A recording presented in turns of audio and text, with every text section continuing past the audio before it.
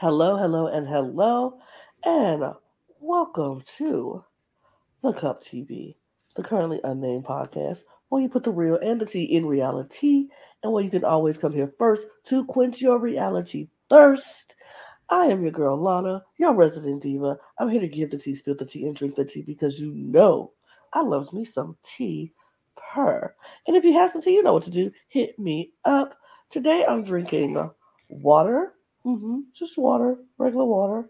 But I'm drinking it out of my cup mug holder. It's a cup mug holder because my bottle's really cold and I used my cup mug in the prior recording that I just did with some tea in it. So it was dirty. But now my cup mug has become my cup mug holder. And all of these cup mugs are beautiful, resourceful, reliable, dishwasher safe. And you know what? You can get you a cup mug at LanaG'sCreations.etsy.com, where you can get your cup mug and all of your other official cup merch, period, and other things that you might see on the shop that you like. Just pick that up too. True. All the cool kids have one. And you know what? We do ship internationally and domestically, so there are no excuses. So I'm looking at you, WWE Universe. All of you. And period. And Topher. Period. Period. All right. And of course, it's Wes. You know what it is, guys. I'm here to talk about some wrestling. And of course, I'm drinking water out of my beautiful cup mug. Courtesy of Lana's Etsy. So if y'all, have enough mugs, you need one more, grab one. Or you know what? Let's say you got enough mugs. Do you have enough water bottle holders? There you go. The cup mug holder. And guess what else? We have a cup water bottle. If you just want to get you a cup water bottle, we got that too. We got cup socks. We got cup hats. We got things. So check that out. Yep, and I will continue to say, if any of you buy anything from our merch store and then tag me in it in all of my socials, I will go and buy one myself. How about that? Go get some socks, I'll buy some socks. You go get a hat, I'll buy a hat. All right, Toph, it's up to you. I am the Reaper of Souls, where the dead man tolls, and I will rest in peace, knowing that this was worth the money.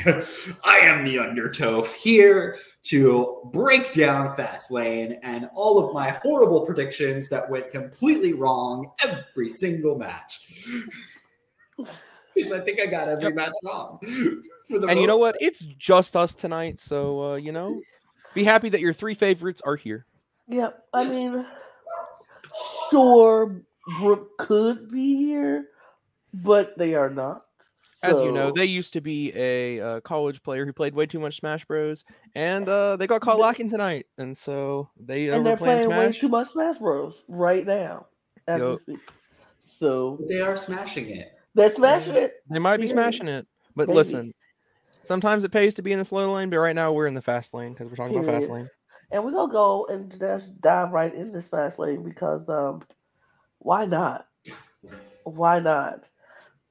We had I will say, I was very pleasantly surprised, pleasantly shocked that Fastlane turned out how it turned out. Because we kind of was on a like, this ain't gonna hit like we thought it was gonna hit. We were like, do we really care? Is it really worth it? Is it going to be worth it? I will say. Yep. It was way better than I thought. And I mean, let's be real, Lana. We were all kind of, getting what WWE's trying to give us recently. Our predictions have been pretty good. Yep. Last couple pay-per-views. Maybe not on this one. This one was kind of a surprise, both in how good it was and some of these match results. But we'll see that coming up here. So let's jump right into the first match of the night. Which I was very shocked that this was the first match of the night. I was like, this is going to be first? Oh, okay. Oh, okay. Well, let's do this then. It was Judgment Day with Damian Priest and Finn Balor against Jey Uso and Cody Rhodes. What y'all think about this match? Shocked. What? Pleasantly surprised. I actually, you know what won this for me was the post-show interview with Cody and Jay. Like, I was like, okay, that's it. I get it. I see where they're going. And fun fact, this is something I learned. Cody and Jey Uso are the first brothers to win tag team championships with their brothers and also somebody else's brother who happened to have won the tag team championship with their brother.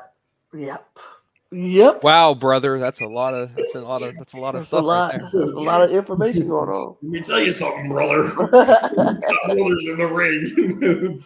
Yeah, wow. That's all I can say. I'm kind of a little bit too stunned to speak with this one. I called WWE's bluff, and I don't care if the odds were 99-1. They put it all on black, and I was A, shocked, but B, happily surprised. And you know what, Tove? I also have to shout out that post interview because I have never seen a man so funny as Jey Uso in that press conference. It was fantastic to watch, almost as fantastic as the match. Also, and we said this before, these are four men that we would love to see a match from in general.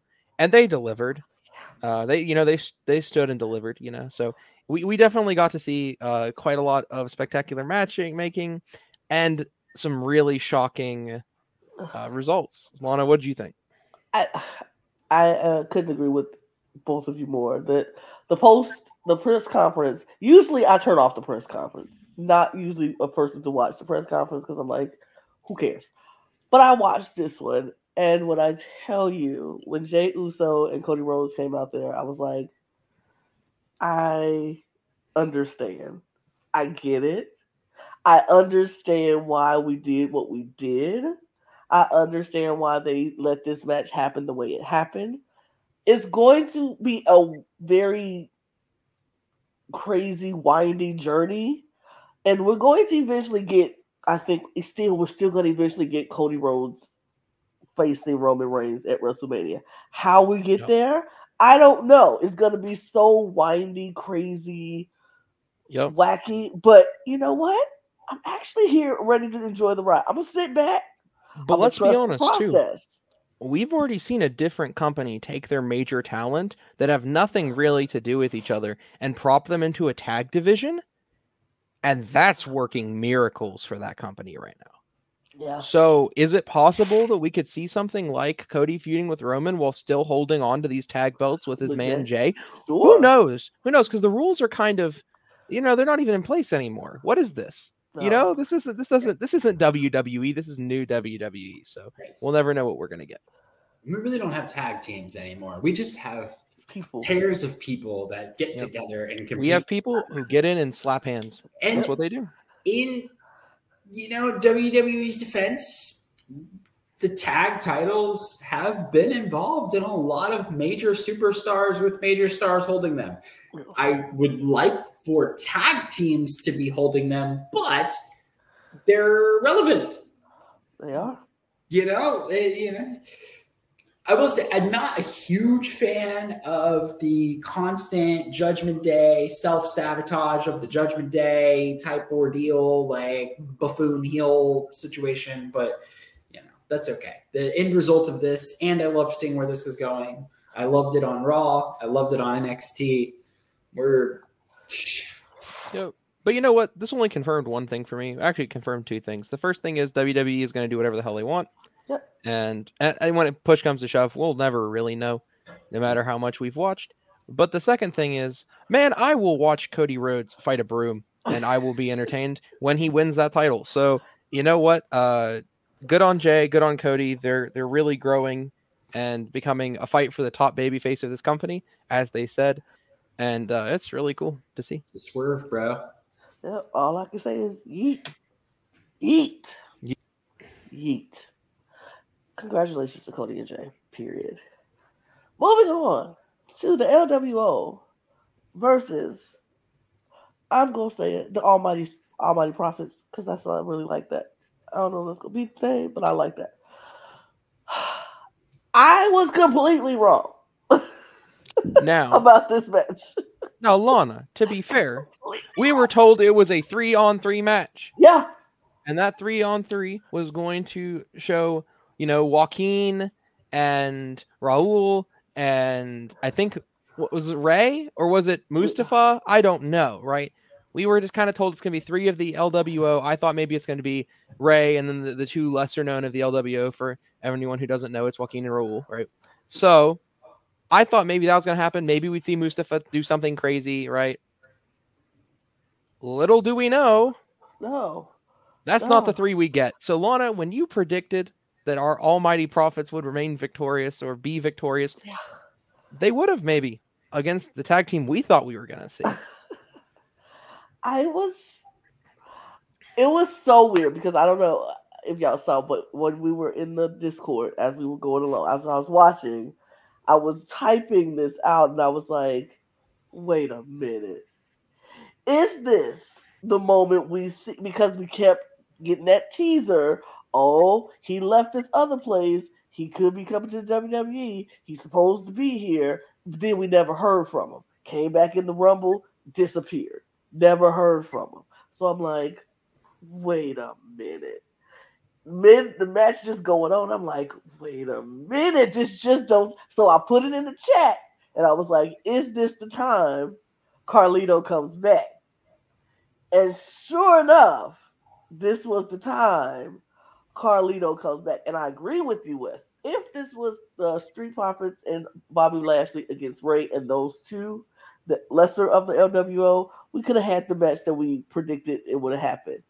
But when you throw in Carlito in the mix, not just Carlito in the mix, but Carlito in the mix midway through the match, after everybody else is tired and been fighting this whole time, and you pop in fresh as a daisy midway through the match. Yeah, looking like some 30th position WrestleMania Cena moment. Let's talk about Carlito's Cena moment. Does anyone see that man? I am a man who flies straighter than an arrow, but when I looked at that man, I recognized the Adonis that he is. Oh my gosh, his form is insane. He's jacked to, what, TRT, PCP, like, what? I was blown away. He is in the physique of his life. Yep. He looked like probably the most physically indomitable human being on that night. Maybe longer. I was blown away. I don't know what you guys thought about that, but Carlito blew me away. I was like, oh, hey Carlito, where you been? Like, we saw him in Rumble and he looked good there, but he even looked better now. And I'm like, this man has truly, truly transformed his whole entire self. The older he gets, he's one of those people, the older he gets, the better he gets. And it's like, ooh, that's looking nice. like a Drew McIntyre transformation. Yes, nice. It was nice. I think that there is a lot of education now on ways to healthfully diet and gain muscle mass and proper usage of, it's not like roids, but like hormone replacements and things of that nature. I don't know the science behind it. All I know is that you go from looking skinny and looking like you don't like what is this person doing in this ring to jacked. And you go from Carlito had the same body type back in the early 2000s, or late 2000s for Drew, early 2000s. You go from looking like Carlito to looking like Carlito. Right.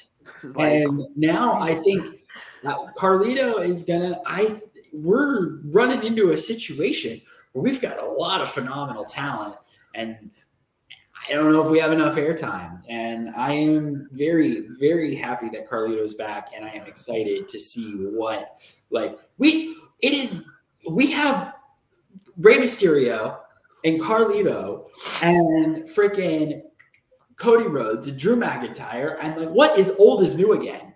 We're working it, and it's successful. Yeah, it's definitely a second almost like a new generation of previous generation talent really stepping up. But also, and I had said this before a little bit, but now it's really secure in this thought. We are seeing the rise of baby faces in the WWE again. I mean, the classic baby faces. We are getting the highest pops for the Cody Rhodes and the Carlitos and these people, the Rey Mysterios, because we went through this era. We all know it last 5 years. Oh my gosh, please stop throwing us these baby faces that are just baby faces for the sake of being baby faces. Give us something. We got the Tribal Chief, but now the Tribal Chief has extended his welcome so long. I feel like we're getting a little bit of a pushback, and now we're just all hyped for the most baby face of baby face wrestlers. Yeah, I will say, yeah, I was talking about how Carlito went from Carlito to Carlito. Carlito went from Carlito to Carlito. Right. Period. Like, it's such a good transformation. And I was glad to see him back. I kind of figured that was going to happen. I was like, who could Ray be calling? Who could he call to come in? I'm trying to think. I'm like, this is the LWO. So number one, they got to be Latin. Who could he call? And I'm like, he ain't gonna call Hoovertude. I don't think he could call him. I'm like, who is he calling? Bad Bunny. Could call Bad Bunny to come off tour. Bad Bunny just come off tour and get back in the ring. Bad Bunny would do it. And he would do it in a heartbeat. Because Bad Bunny, I think, is a little off his rocker, but in a very good way. But I'm very glad it was Carlito. I'm glad he came back. I'm glad he gets to have another run.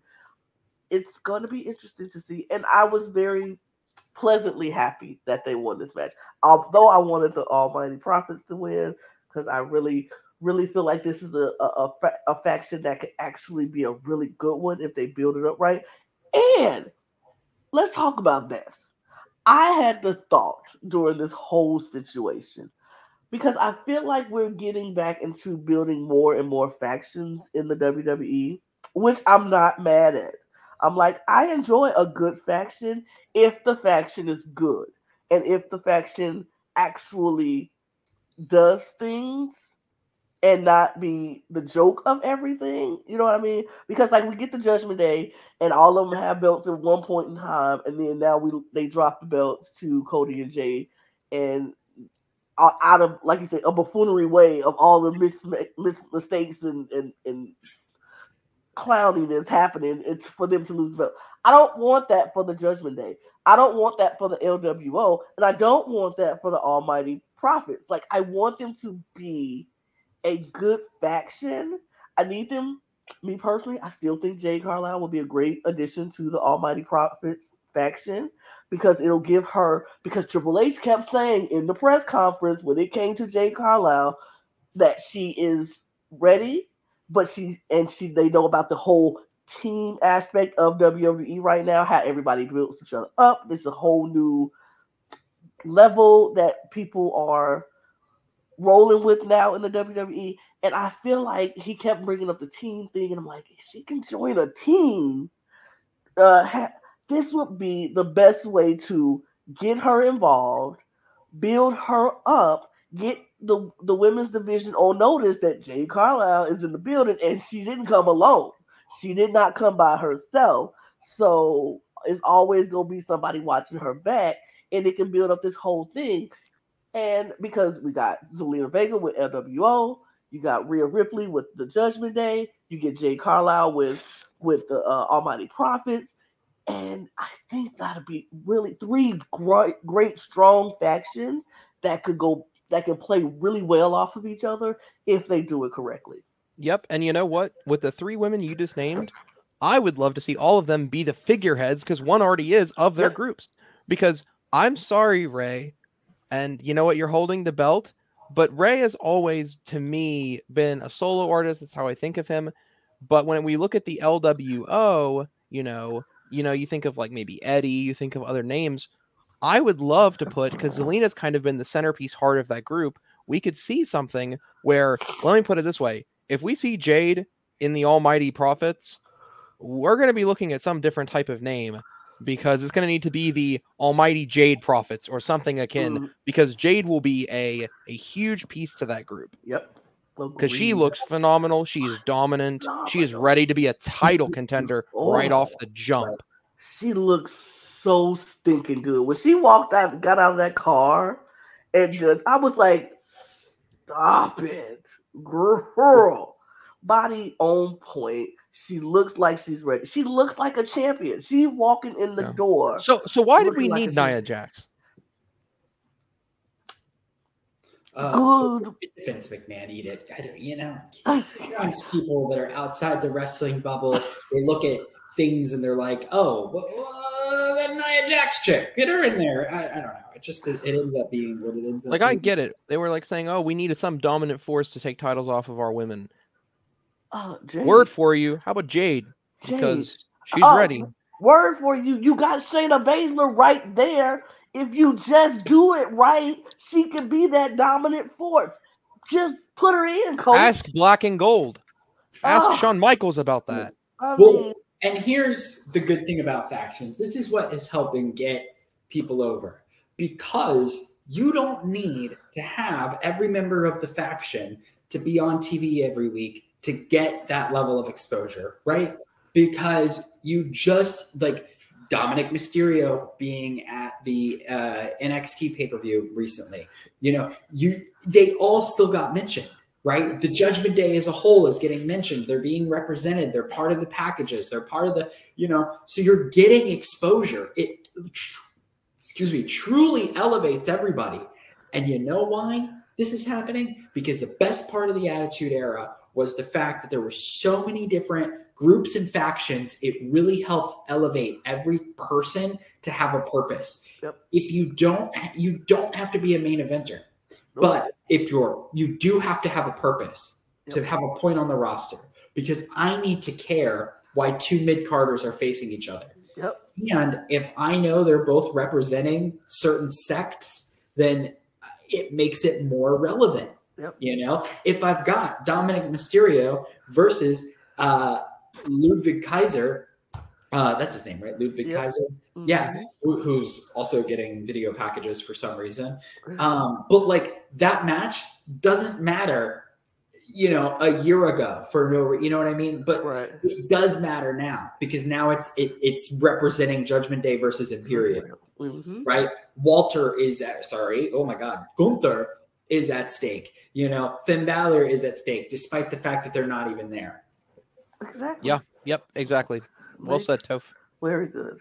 So LWO wins, and great for them. Carlito's back. Great for him.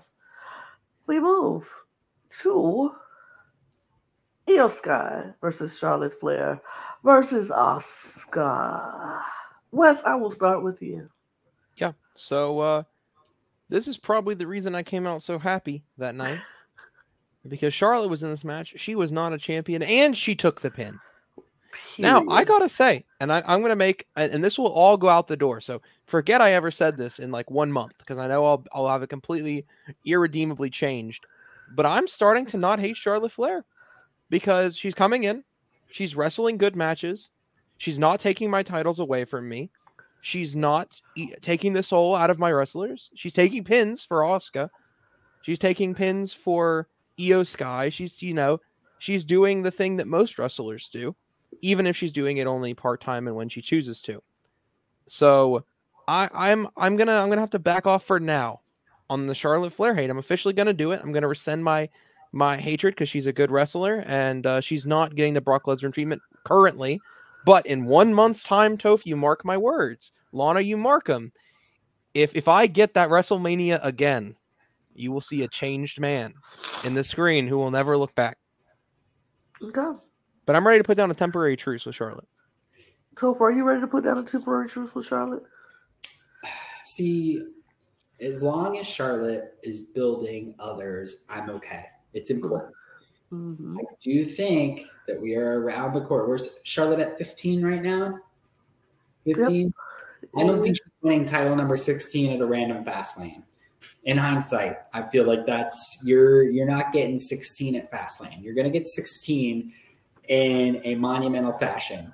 And so we could see her get it at Survivor Series. We could see her get it at WrestleMania. It's coming. And I want her to build the talent first before she takes it. She's got to beat somebody that matters.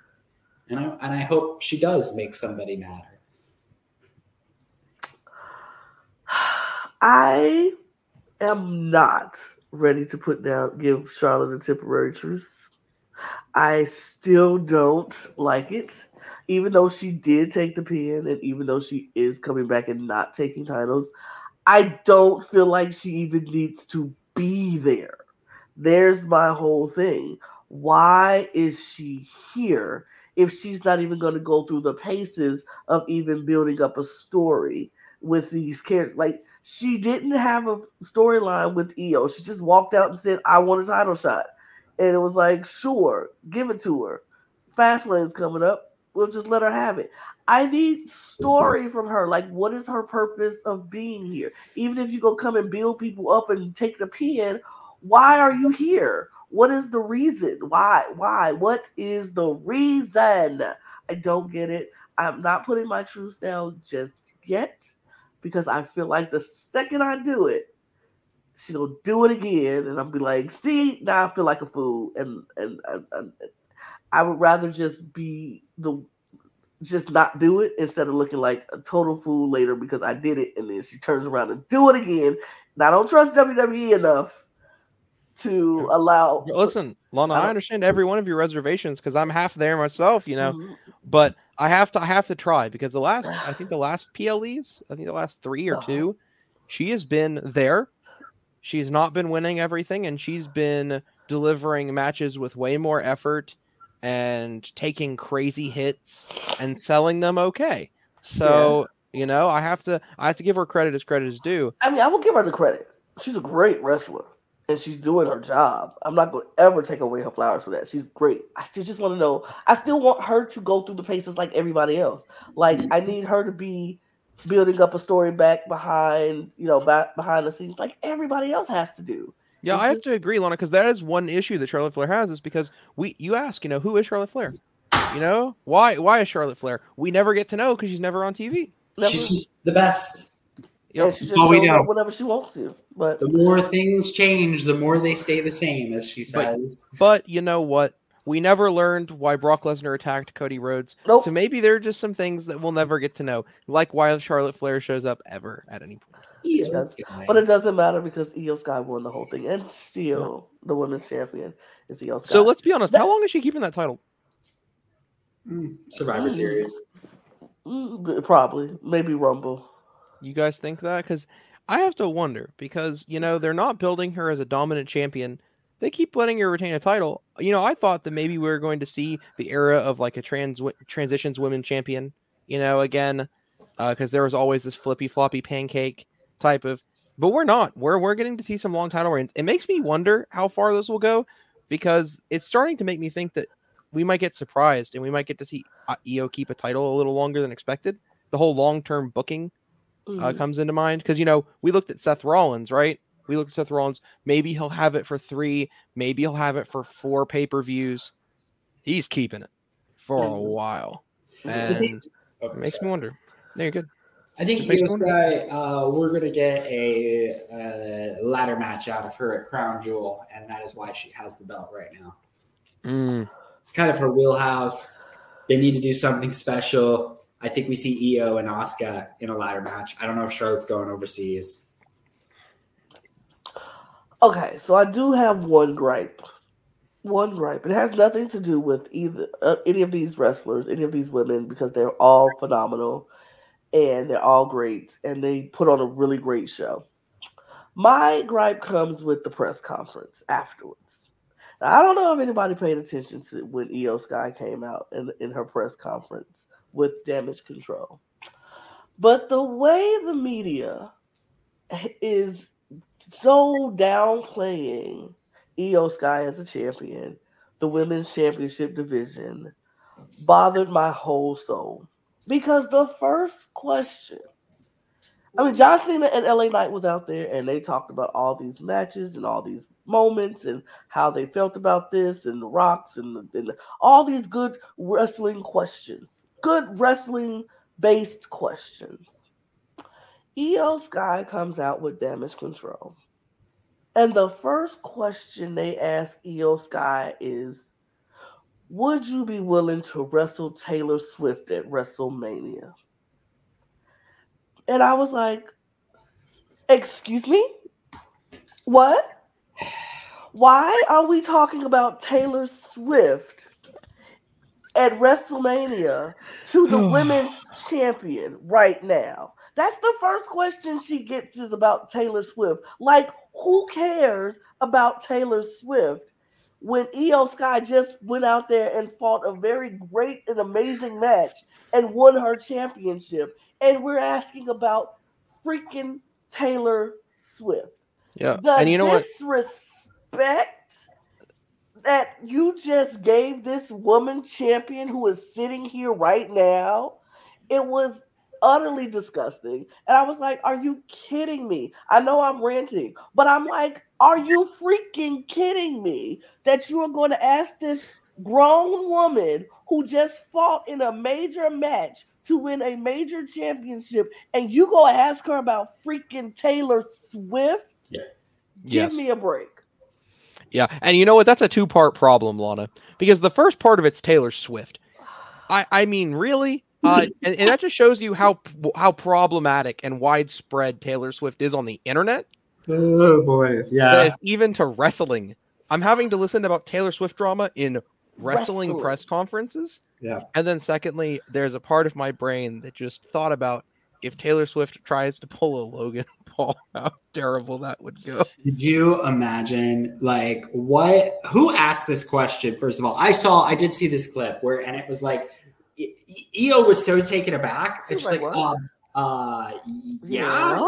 If she wants to, like, why would Io Sky want to waste her time at WrestleMania with a freaking Taylor Swift match? That would be huge. That would be stupid. I truly think that if you were told, we trust you to get in the ring with Taylor Swift, and there's going to be a gajillion eyes on you, all non-wrestling fans, no, because you are not going to stick these sick and twisted Swifties on Io Sky. You're not going to stick the Swifties on Io Sky for no reason at all. Preach, Lana, preach. Absolutely not. She does not deserve any of that. Like, she needs to stay far away from Taylor Swift needs to stay far away from WrestleMania unless she performing a song in the middle of something. But she ain't even do that because why?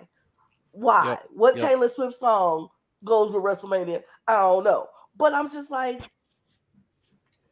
all y'all trying to do is set Io Sky up for if she decides to, I'll get in there with Taylor Swift with millions and millions and millions of eyes on her. And if something happens to Taylor Swift, or if Taylor Swift doesn't win, y'all sticking all them Swifties on Io Sky. And I tell you, them Swifties are sick.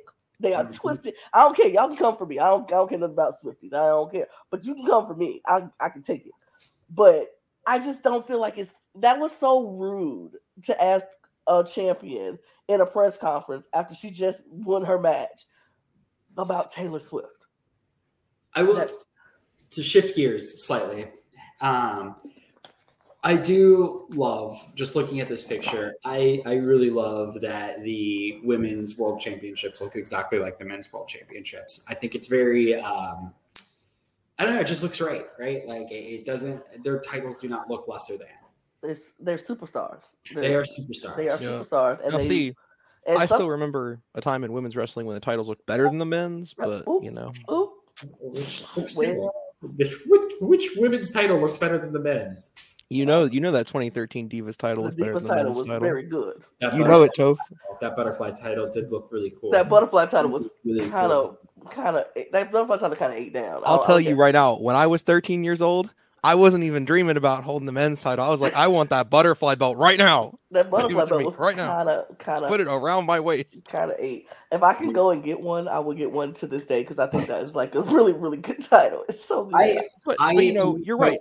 To the classic women's champion, not the classic, but the classic late 90s, early 2000s women's championship. The round one? Yes. Yes. The Trish Stratus Women's Championship. Yes. Yep. You about to say Wes? But you know what? That white and gold does look nice. Yeah. And it does. You know, It because really white and does. gold always be looking good. And you know what? To your point, Lana, let's see WWE matchmaking also give Io perhaps a little bit more dominance in her promo work, in her ring attire, and just every bit of it. I would love to see, because we remember black and gold Io Sky, right? We all remember the dominant, the more serious, not just a piece of a faction, right? But just a dominant wrestler, kind of like how Shayna Baszler was treated in black and gold. And if we could see more of these women's black and gold personas, we wouldn't need to hire Nia Jax's to be able to get main event spots felt filled. Because we have all the women we need in the locker room. They're just not being treated with the seriousness they should be. Mm-hmm. Agreed. They are on NXT, though. They are on NXT. 17 women were featured on, not the one yesterday, but the last week. 17 in multiple segments. Love that. Yep, true. Well, Hunter, you know what to do. I mean, yeah. We move to the LA Knight, John Cena, Solo Sikoa, Jimmy Uso match. Topher, I'm going to start with you this time. I was forwarded to this match. Well. I didn't watch live. It was the least consequential match on the card. I knew it just was not, so I'm sorry. I love John Cena, huge John Cena fan. That's my higher power right there. But I just didn't care, and I was like, it doesn't matter.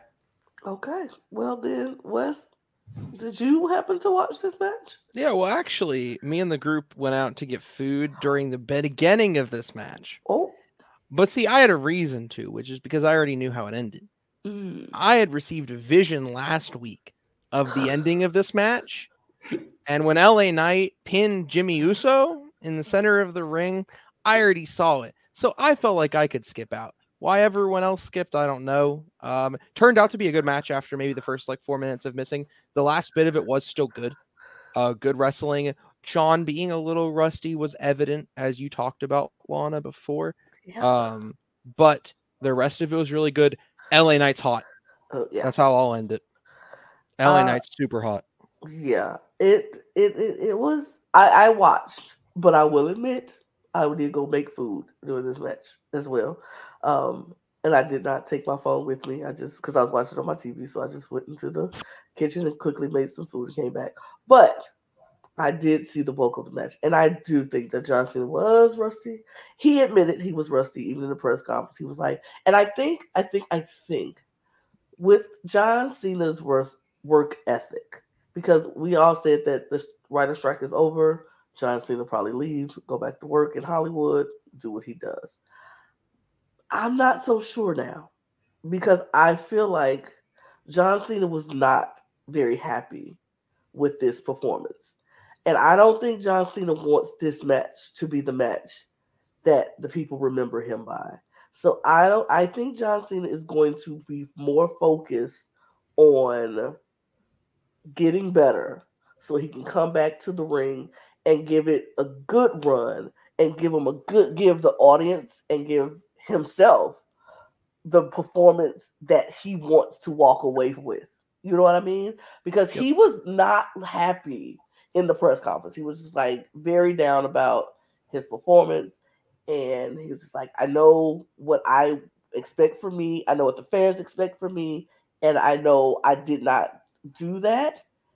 And he actually apologized to LA Knight for not being able to perform like he wanted to. So I just don't feel like John Cena is going to walk away completely and let this be the match that is he's remembered by, because WWE is a very "what have you done for me lately" kind of business, and it's the last thing we see. And if this is the last match we see John Cena in, nobody's going to be happy about that. Nobody's going to be like, that was the best match. John Cena went out on a high. No, this is a John Cena went out on a ooh, John, that was a little oof.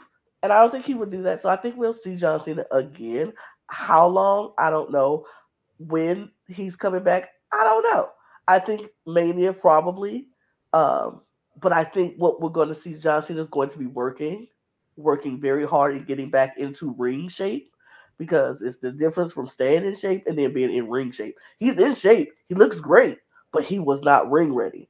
So we'll see what happens. But this match was fine for what it was. The 4 men performed how they were supposed to perform, and like we knew they would perform, because these are great wrestlers. John Cena, a little lack between all the 4. He was the worst out of everybody, which is shocking to say. Shocking to say. But the match turned out how I expected it to happen, and John Cena and LA Knight won, because LA Knight, like what says, is hot, and he killed it in the end. Yep. I mean, he's atomic white hot right now. I was going to not say maybe to the point of Bryan and Kofi, but I think he's real close. If he's not there already, he's real close. When you have John Cena and LA Knight in a match, and people are more ready to scream LA Knight than you can't see me? Yep. Yeah. What does that say? It says a lot. But I think, they need to pull the trigger on LA Knight doing something, because they don't want to miss this momentum. I think, though, with John Cena, what if this is intentional? What if John Cena knows he is not at his peak? What if instead of trying to hide that, he oversells it? And this is a longer story. And so the beaten, battered down, grizzly old vet, the guy that was once on the top of his game, the #1 superstar in the world, just can't hack it anymore. His time is done. And then you get Rocky, whatever. I didn't watch all of the Rocky movies. But he's coming back. He's not tired anymore. And we get the John Cena of old, Big Match John, back again for one more match. Possible. Yeah, Toph, I hope you're booking it. Well, I kind of think of it like, like with The Undertaker, when he went out against Roman Reigns, WrestleMania 33, and he's like, I don't know if any of y'all watched that documentary with him, where he was like, I could not let that be my last match. Yes. I had to train. I had to get better. I had to have one more run in me where I just came out and killed it. And, and he did. He came back and he had a couple of great matches after that. Yeah. What if John Cena's doing the same thing? It's possible. Yep. And you know what? If it wasn't before, Lana, you saw that press conference, you commented on it. It might be after. But who would he face? Who is the young cowboy that's going to say John Cena just doesn't have it anymore? Yeah, maybe it's well, I was going to say maybe it's a young cowboy, or maybe it's his tag team partner, one of his greatest rivals, who is an old man who still hacks it, who might be the best in the world. What was it? Dwayne The Rock Johnson? Oh God. I mean, they did bring up The Rock in the press conference with John Cena, and he had to say, I apologize to him for how I treated him, because I didn't do things the right way. So, and I welcomed him home when he came back. I mean, could be. I personally wouldn't need that, because we've already seen that. But what if it's his own partner? What if LA Knight is like, he can't hack it? What if they do another? Because right now they kept saying, we're 1-0. We're undefeated. We're undefeated. What if the story is they all tag again, and John Cena, like you say, can't hack it, and then eventually LA Knight is getting sick of it, and it's like, I'm tired of carrying you. Every match, I'm carrying you, and the rival becomes John Cena and LA Knight. And maybe so. My almost issue with that, and this is where LA Knight is that even the best use of LA Knight right now? Because it isn't. And, whatever John does, John can do. right? John can go and get into gear and then fight fight anybody on that roster. Will be invested when John's doing his thing and he's in ring shape and he's into it again, right? Yep. LA Knight needs to be looking at gold. Yep. He does. I don't care what gold he's looking at. I agree. I would love for him to fight Gunther. I would love for him to fight Seth Rollins. I'd love for him to fight Roman Reigns, but he needs to have gold in his eyes. And the last press conference we kind of seen from him, he said, that's kind of his vision. Mm-hmm. And so, I only see him going up. I think they missed an opportunity for Edge and John Cena to rekindle their feud. But they love you. It is what it is. We move to the last match of the night, which is Shinsuke Nakamura against Seth freaking Rollins. Wes, let's start with him. Yeah, well, what a match. A lot of people have problems with last man standing matches, and I can come to a more complete understanding of why after this match. For other reasons, I'll let Toph and you discuss, Lana. But the amount of effort that we got to see from Nakamura in this match was the exact Nakamura that I wanted to see. Yes. I wanted to see a malicious, evil, going full at it, giving a lot of effort to these spots, high intensity Nakamura. That's exactly what we received. We got to see Rollins power through in a way that I wasn't really quite ready for, I think. They, in commentary, they keep asking, when will he, quit? How much can his body can take? I guess as much as he needs to. Because if that wasn't enough to put Seth Rollins down, who can put this man down? Who? And I don't know. I hate last man standing matches so bad because this match was good. Both superstars gave it their all. It was exciting. Weapons everywhere. Felt great. And then we get to the final moments. And I did not. So they do the bump where he falls off the stands. Of course, he's going to kick out. Then they have the moment with the ladder, which was great, but I was like, this is not how this ends. Of course, he's going to kick out. So I was like, that's two. That's twice. That's two false finishes, right? Like I'm expecting them to go in the ring. I'm now expecting Seth to get his moment, right? And for Shinsuke to be out. They gooped me. Shinsuke gets his moment. And it's perfect. Kinshasa through the table. The table is folded up on Seth Rollins. Perfect visual. And that was not it. That was not it. It was not the end. I had to wait 9 whole seconds to realize that wasn't the end because there's nothing that sells an injury more than being on your back flat for 9 seconds just to jump up at 10. Only for all it takes is a freaking curb stomp off of a freaking whatever. The Falcon. Yeah, that was some type of burning Falcon arrow, I guess. Yeah, Falcon arrow from hell. It was dumb. It was dumb.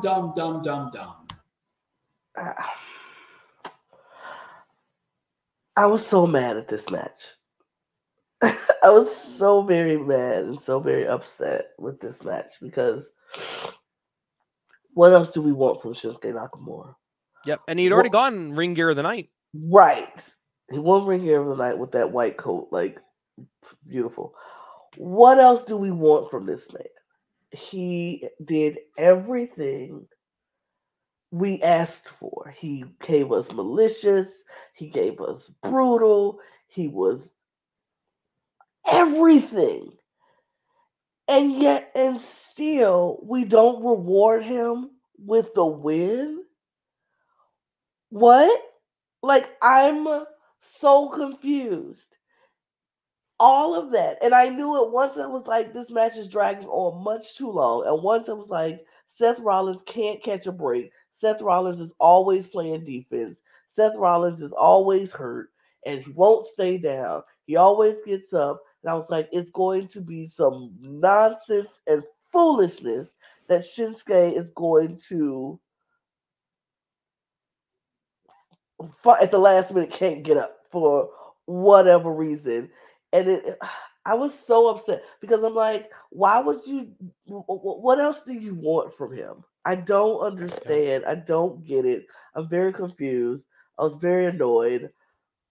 I don't hate Seth Rollins, but this is starting to make me like, come on.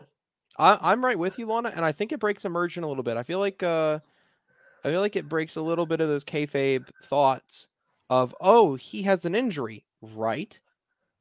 Because how could an injured human being not just win the match, but then get up and celebrate for 3+ minutes, staring at the audience directly, getting up, waving his hands, jumping up and down? I thought his back was hurt. He just went through and got Kinshasa into the netherworld. How is he up? How is he doing what he's doing? How is he hitting this Falcon Arrow? How is he getting up afterward? And then Shinsuke can't? The man who's taken no punishment the entire match? It just felt like a pretty badly decided match, but a brilliantly paced match and a brilliantly performed match. And so it left me with a lot of frustration, because how can you make a match so good with a finish so bad? Right. Exactly. Like, it just, like, why? Why did Seth Rollins need to win this match? Seth Rollins doesn't need to win anything. Seth Rollins is amazing. He doesn't need the belt. And like, it was funny because I had watched, this was the only match that I watched live, because I was on my way back from like a party, and Jen was in the car with me while I was watching it, and she was like, why were you're not happy Seth won? And I'm like, Shinsuke just really deserved this one. It's an inconsequential pay-per-view. Shinsuke could have looked strong, won it. Seth wins it back at Crown Jewel. We call it a day. Nothing, no harm, no foul. I mean, honestly, Seth Rollins needs to take a break. Like, Seth Rollins is at that point where he could go leave for a couple of months, come back, and still be at the top of his game. Like, people will still love Seth Rollins. Ain't nobody forgetting about Seth Rollins. Seth Rollins will leave, come back, and I really would love for him to go and be like, this is what I need to take a minute to get my back in some kind of working condition. I don't need Seth Rollins to be like, I can withstand all the pain. For what? Why? We passed that. We over that. Take a break. Get yourself healed. Come back. We still here. You know what I mean? And Shinsuke did everything right. Everything right. Everything they asked for. Everything we wanted. And we still can't just reward him with the win. I say give it to him. And even if he loses it, not even at Crown Jewel, at Survivor Series. Give him a couple of months with the belt. He loses at Survivor Series. No harm, no foul. Seth Rollins comes back at Survivor Series. Shocks the world because he's back earlier than anybody expected him to come back from a back injury, and he wins the belt. Great. We'll all cheer and sing his song once again. But Shinsuke deserved to have this belt. It's just I completely agree. This was Shinsuke's night, and it was squandered. And you know what? To be fair to you, Toph, and your hatred of Last Man Standing, this victory could have been avoided by making a Falls Count Anywhere match instead, and then he could have hit him with some crazy burning arrow into a quick pin out of nowhere. Happened, then we would have been able to have a match where at least, Shinsuke deserved the match and then was cheated out of it, right? For one reason or another, he's cheated out of it. He, either it's a roll-up pin or whatever it is, and Shinsuke would have come out the stronger man, but the losing man. But because of Last Man Standing, because of what you've said, Topher, you can't have that happen. You can't have a cheat victory or a victory that isn't deserved, because it's basically it forces Shinsuke to be the person who sits and takes the beating 1, 2, 3, 4, 5, 6, 7, 8, 9, 10, and it has to be 10 seconds. Yep. Well, unless you duct tape his feet around a yeah, that happened in the last man standing match. That was real cute. Welcome to the PG era. That's how I felt. But yeah, it just was. Last man standing is my least favorite match type. Okay, but let me ask you this, Toph. It just is terrible. You make very valid points. If the table would have been folded and we would have gotten the 10, how would you have felt about that match? It would have felt really good. I mean, it still would have been frustrating because it's like you knock him off through an announce table and it's like we get to 9 and then he gets up at the last minute. Like, don't get up at the last minute. Show signs of life, right? Don't sit there and lie like dead for 9 seconds and then get up at the last minute, like jumping up like, oh my God, I'm at my feet. You know what I mean? Like, that's not good wrestling psychology to me. Show signs of life. Be writhing. Sit there and be like, oh my God, I'm rolling and like I'm in pain and I'm not like out cold, right? Struggle. Can he get to his feet? He's got a bad back. Maybe he can't get to his feet. Maybe he has the will to get to his feet. And so we're seeing him like starting to like, oh my God, but I can't stand. My back, I've got to be on my feet. Like, and then finally, okay, I'm up at my feet. And that's when Shinsuke comes in because Shinsuke can't touch him. That's part of psychology. He has to sit and wait and see, does he get up? He's giving him time to recover. Fuck, now I've got to get on top of him. Like, that's the psychology that annoys me. That's what was so good about the Ric Flair Triple H matches. Like Triple H is trying to take the horse out back and shoot him, right? And so it's like it's this whole story of like, is Ric Flair gonna die? And Ric Flair just kept not dying. Completely good story. This match, not a good. Like, they're both better wrestlers than this. Yeah, that's the problem. Wow. Yeah, fair enough, Toph. Because so it's not really last man standing. It's how WWE's writing them. Right. It's so horrible. Producing the match. Yeah. Wow. Yeah. All right, Toph, I'll give it up. That's really well articulated. How much better it could be in any way than what we're getting. Yep. I mean, when do they ever get up at 7? When do they ever get up at 5? Right. You know, when do they get up at 3? We already suspend disbelief to a certain extent as wrestling fans with the whole 3 count, 1, 2, shoulder up. You know, but that can be like justified in the sense of it's like it's on instinct, right? Like you hear the mat and it's like 1, 2, oh shit, let me get it up. You know what I mean? Like, justifiable, makes sense. But when you're false finishing on a last man standing match to go from being out cold to up on your feet, no. Come on, you're losing me here. Well said. And just because you get a shoulder up doesn't mean you're like recuperated. You're fine. You know, like that's. Sorry, I mean I could go on for the next hour about this, but I'm not going to. It's okay. I ranted. You rant. Sometimes we just gotta rant. When Brooke's not here, someone's got to do the Brooke rant. Somebody's got to do it. Put me in the writing booth. I think it's so many people who I would love to be on the writing team for WWE. You would be one of them. And I feel like fans are the ones who need to be writing this because we see what we need and what we want and what triggers other fans. And I don't know. It's stupid. But that was Fastlane. It was. We did it. Let me get your overall perspective like we did last time. We went from great to good to fair to What would you rate this one? Good. It was good. Okay. Last, what would you rate it? Listen, I can't call this great because of the last match. But I'm not going to take away from the other 4 matches and the match in general just because of a bad finish. Because it was 5 amazing matches with 1 really bad finish. So I'm going to give it very good. Okay. Not good, but very good. Mm-hmm.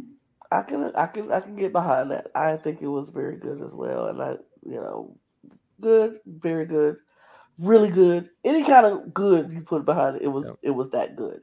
And Shinsuke won the Ring of the Night. I wanted 5 matches.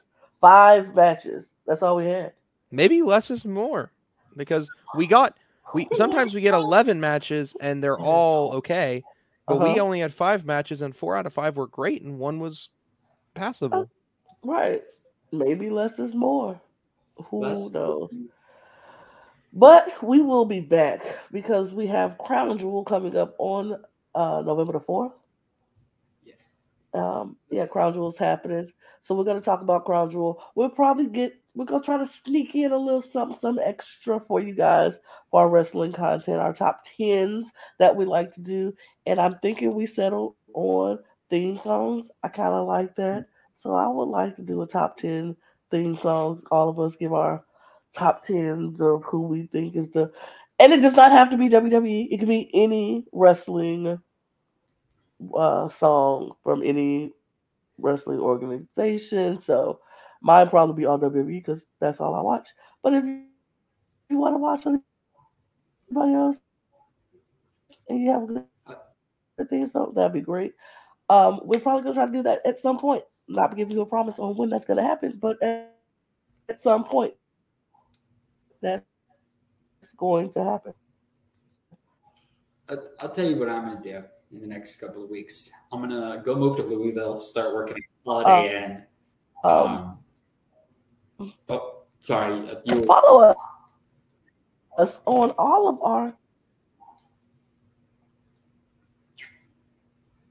Lana? All right. Well, what Lana was going to say, and I'll step in here, is if you're looking out, look out for that video, and also look out for us on all of our social medias, except for mine. But of course, Toph, Lana, and Brooke, who's not here, please go follow them if you want to say any of your, thoughts, opinions, anything like that, wrestling wise. You will find, a community. They'll be ready to talk with you and talk about any of your ideas. Tell us how you thought about Fastlane, if you agreed with our opinions. If not, either way, any comments or any interactions would be great. If you want to leave a like, go ahead and do so. We appreciate your content, and we'll be back at you with that other comment video, and then additionally preparation for Crown Jewel and all that good stuff soon. So we'll leave it there, and of course, buy a cup. Merch.